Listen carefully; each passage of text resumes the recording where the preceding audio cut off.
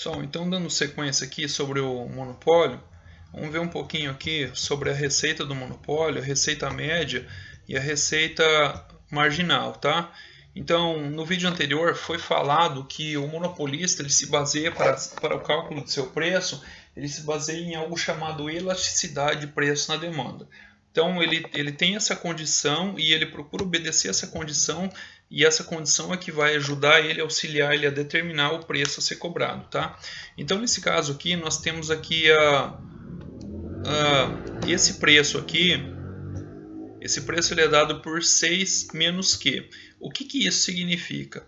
Bom, se a gente substituir o Q por 6, nós teremos que o preço vai ser igual a zero.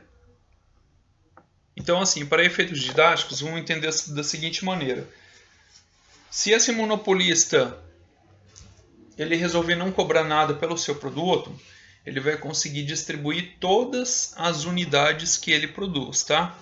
Esse 6 é um valor constante. Esse 6 aqui é a quantidade que ele está conseguindo produzir naquele momento. Então, novamente, se ele falar assim, eu produzi, mas eu vou ser bonzinho, eu não vou cobrar nada de ninguém, vou distribuir gratuitamente esse produto, ele vai conseguir tranquilamente distribuir, pelo menos em teoria, né, todas essas quantidades que ele produz. E se o preço a ser cobrado for igual a 1?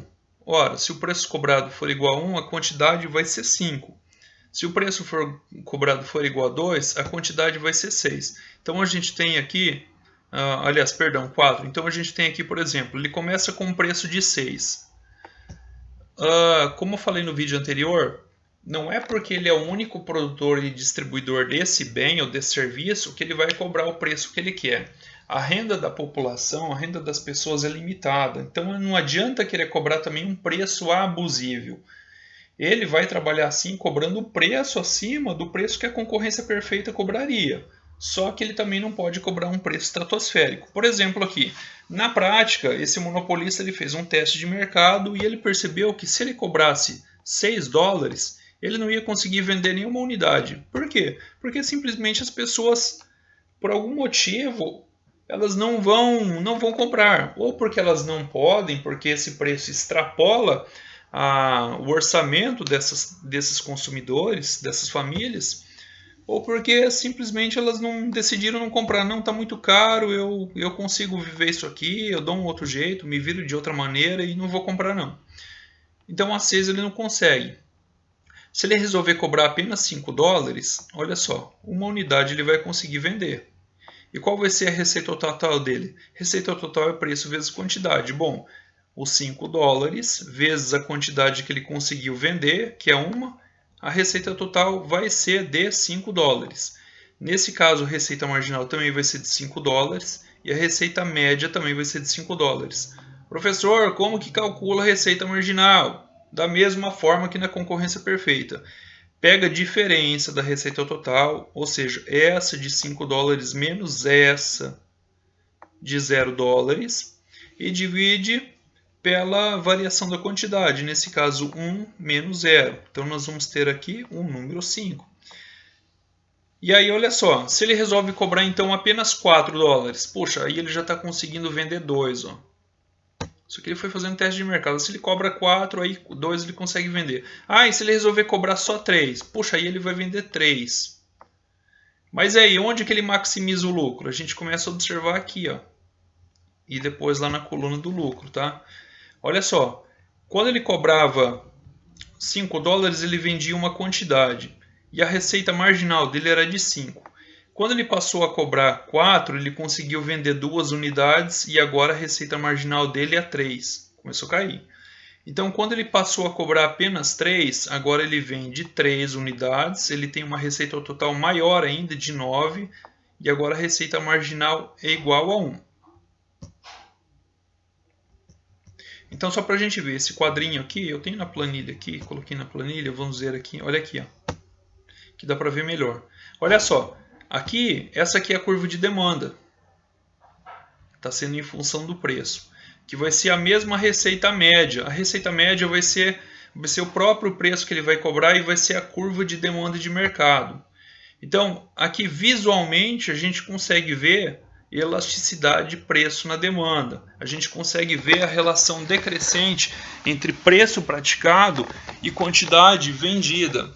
Então, assim, à medida que o monopolista vai diminuindo o preço, ele vai conseguindo vender quantidades maiores. Aí ele baixou para 3, ele já vendeu mais. Baixou 2, vendeu mais. Baixou 1, vendeu mais. Até o momento que ele falou assim, eu vou dar tudo de presente para todo mundo, não vou cobrar nada. O preço vai ser 0. E aí, as 6 unidades que ele produziu, as pessoas foram lá e buscaram todas. Então, a primeira condição. O monopolista, ele não tem nenhum produtor, ele não tem nenhum substituto próximo, só tem ele no mercado. Olha aqui, a receita marginal sempre inferior à receita média, que é a demanda de mercado. O monopolista então vai tomar posse dessa curva de demanda, que vai dar também o valor de elasticidade dele, para aí então ele tomar a decisão de preço e decisão de produção, como a gente vê aqui. Então, como que ele decide produzir? Como que ele decide precificar? Vamos descendo aqui para a gente ver. Aqui nós temos um gráfico onde nós temos aqui quatro variáveis. Nós temos a receita marginal, já vista. Nós temos aqui a demanda, que é o próprio preço, que também é a receita média de mercado, certo? E nós temos também o custo marginal e nós também temos o custo médio. O que está acontecendo na situação, tá? Assim como lá na concorrência perfeita, no ponto onde o custo marginal se iguala à receita de mercado, o monopolista nessa região aqui, ele vai ter o lucro máximo. E aqui ele vai conseguir ver qual que é o preço que ele cobra e qual que é a quantidade que ele vai conseguir vender. Ah, professor, mas e se ele produzir a quantidade Q1? Bom, na quantidade Q1, a gente vê que ele tem uma receita marginal muito mais alta, muito maior que o seu custo marginal. Aí você fala assim, ah, professor, mas eu aprendi que a firma, a empresa maximiza o seu lucro e eu aprendi também que o lucro é a diferença entre receita e o custo. E aqui eu vejo que ele está gastando pouca energia porque ele está produzindo poucas unidades, logo talvez o custo de produção dele seja mais barato.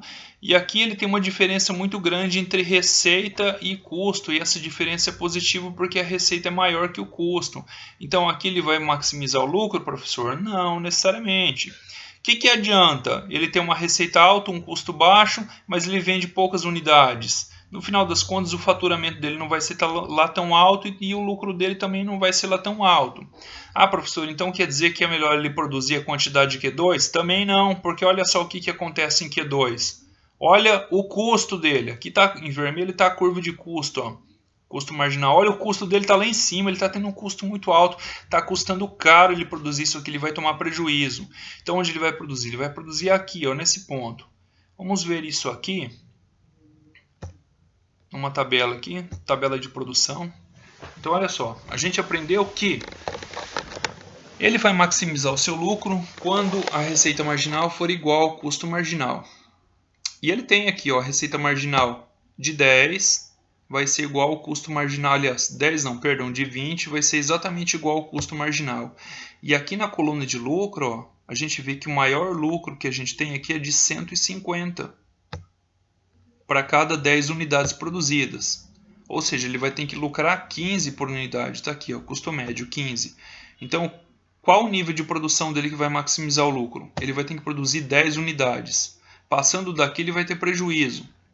Olha o gráfico 1 aqui, que é o mesmo daqui. Aqui nós temos 10 unidades. Vamos descer um pouco aqui.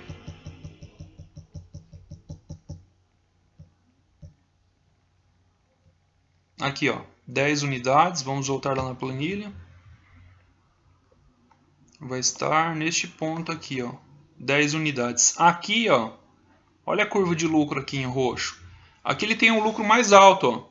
Se ele, não adianta ele continuar produzindo, porque se ele produzir mais que 10, ó, o lucro dele começa a cair. Tá? Então o lucro está onde? Diferença entre receita e custo. Receita, linha azul, custo.